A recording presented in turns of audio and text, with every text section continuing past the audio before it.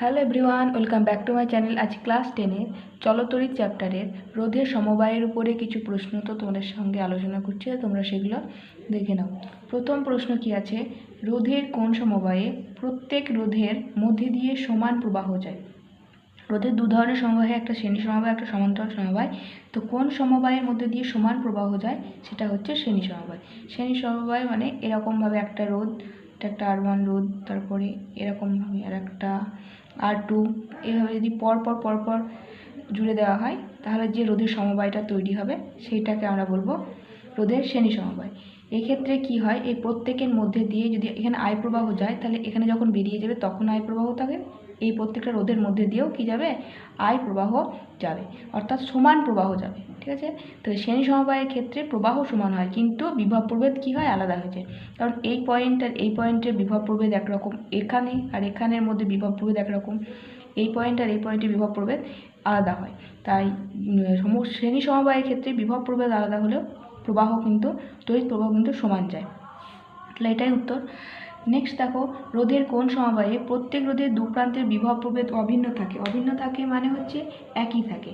এটা হচ্ছে সমান্তরাল সমবায়ে রোধের দুই প্রান্তের, প্রত্যেকটা রোধের দুই প্রান্তের বিভব প্রভেদ সমান থাকে। এরকম একটা রোধ, এরকম একটা রোধ,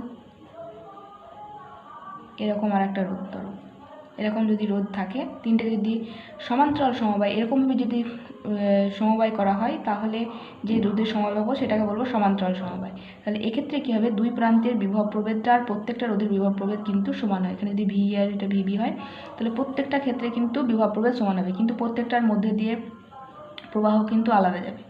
ঠিক আছে, তাহলে শ্রেণী সমবায়ে প্রবাহ এক যাবে কিন্তু সমান্তরাল সমবায়ে বিভব প্রভেদ এক থাকবে, প্রত্যেক রোধের দুই প্রান্তের আর তুল্য সমবায়েরও কিন্তু প্রবাহ আলাদা যাবে। ঠিক আছে, নেক্সট দেখো, 3 ওহম এবং 6 ওহম দুটি রোধকে সমান্তরাল সমবায়ে যুক্ত করলে তুল্য রোধ কত হবে?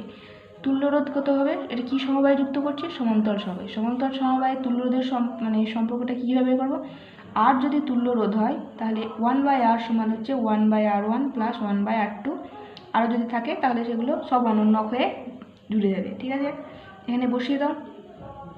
তাহলে 1/R সমান কী হচ্ছে, 1/R সমান 1/3 প্লাস 1/6, এটা করলে 6 লসাগু, তাহলে হচ্ছে 2 প্লাস 1 হচ্ছে 3/6, এটা হচ্ছে 2, তাহলে 1/2। অতএব 1/R সমান হচ্ছে 1/2, অতএব R সমান কত, R সমান হচ্ছে 2। তাহলে 3 ওহম আর 6 ওহম দুটি রোধকে সমান্তরাল সমবায়ে যুক্ত করলে তুল্য রোধ কত পাবো আমরা পাবো 2। দুটো রোধ দেওয়া থাকলে কিছু করার দরকার নাই, আর সমান এটা লিখে দেবে R1 plus R1 into R2 by R1 plus R2। দুটো রোধ থাকলে যখন লিখে দিলেই শুধু গুণ করে দিয়ে উপরে গুণ নিচে যোগ করে দিলেই হয়ে যাবে। ঠিক আছে, নেক্সট দেখো, কোন সমবায়ে তুল্য রোধের মান সমবায়ের ক্ষুদ্র রোধ অপেক্ষাও ক্ষুদ্রতম?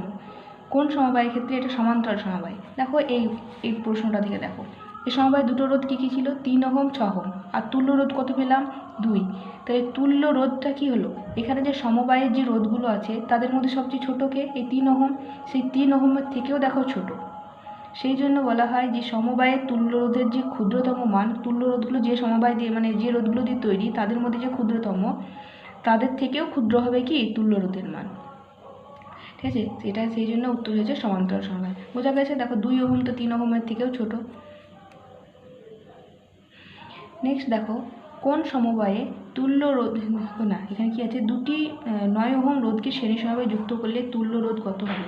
এক্ষেত্রে শ্রেণী সমবায়ের ক্ষেত্রে তুল্য রোধ সমান হচ্ছে R সমান হচ্ছে R1 প্লাস R2 সমান হচ্ছে 9 প্লাস 9, 9 9 18 ওহম। এখানে কিন্তু 2 ওহম ছিল। ঠিক আছে, 2 ওহম, 18 ওহম হয়ে গেল। ঠিক আছে, তাহলে দুটো 9 ওহম রোধকে শ্রেণী সমবায়ে যুক্ত করলে জাস্ট যোগ করে দিলে তাদের রোধের সমতুল্য সমবায় রোধ আমরা পেয়ে যাব। নেক্সট হচ্ছে, বাড়ির বৈদ্যুতিক সরঞ্জামগুলি কোন সমবায়ে যুক্ত করা হয় এবং কেন করা হয়? বাড়ির বৈদ্যুতিক সরঞ্জামগুলিকে কী সমবায়ে যুক্ত, সমান্তরাল সমবায়ে। কারণ হচ্ছে প্রত্যেকটি বৈদ্যুতিক যন্ত্রের বিভব প্রভেদ যাতে সমান হয়, আর বিভব প্রভেদ সমান হলে যন্ত্রগুলো ঠিক মতো কাজ করবে। বিভব প্রভেদ যদি ঠিক মতো না থাকে তাহলে সেগুলো কিন্তু ঠিক মতো কাজ করবে না। তাই বিভব প্রভেদ, একই বিভব প্রভেদের যন্ত্রগুলো কিন্তু ভালো কাজ করবে। একটা কারণ। আর একটা হচ্ছে যেহেতু সমান্তরাল সমবায়ে দেখো প্রত্যেকের মধ্যে দিয়ে বিভব প্রভেদ, যদি এখানের এই অংশটা যদি খারাপ হয় তাহলে বাকিগুলোর মধ্যে দিয়ে কিন্তু প্রবাহ যাবে, তাতে কোনো বাধা পড়বে না। সেই জন্য বলা হয়েছে যে একটা খারাপ হলেও অন্য যন্ত্রগুলো চালু থাকবে। ঠিক আছে। নেক্সট হচ্ছে প্রত্যেক যন্ত্রকে আলাদাভাবে সুইচ দিয়ে চালানো যাবে। এই সমস্ত কারণের জন্য বৈদ্যুতিক সরঞ্জামগুলিকে সমান্তরাল সমবায়ে যুক্ত করা হয়। আর যদি শ্রেণী সমবায়ে যুক্ত করা হয়, এরকমভাবে যুক্ত করা হয়, যদি এখানে কোনো সমস্যা হয় তাহলে কিন্তু কোনো প্রবাহ এদিকে যাবে না, পরবর্তী রোধগুলোর মধ্যে দিয়ে যাবে না, পরবর্তী যন্ত্রতে প্রবাহ কিন্তু যাবে না। সেই জন্য শ্রেণী সমবায়ে যুক্ত করা হয় না, সমান্তরাল সমবায়ে যুক্ত হয়। শুধুমাত্র ফিউজ তারকে শ্রেণী সমবায়ে যুক্ত করা হয়। ঠিক আছে, তো দেখা হবে নেক্সট ক্লাসে। ততক্ষণের জন্য তোমরা ভালো থেকো, সুস্থ থেকো। Thanks for watching.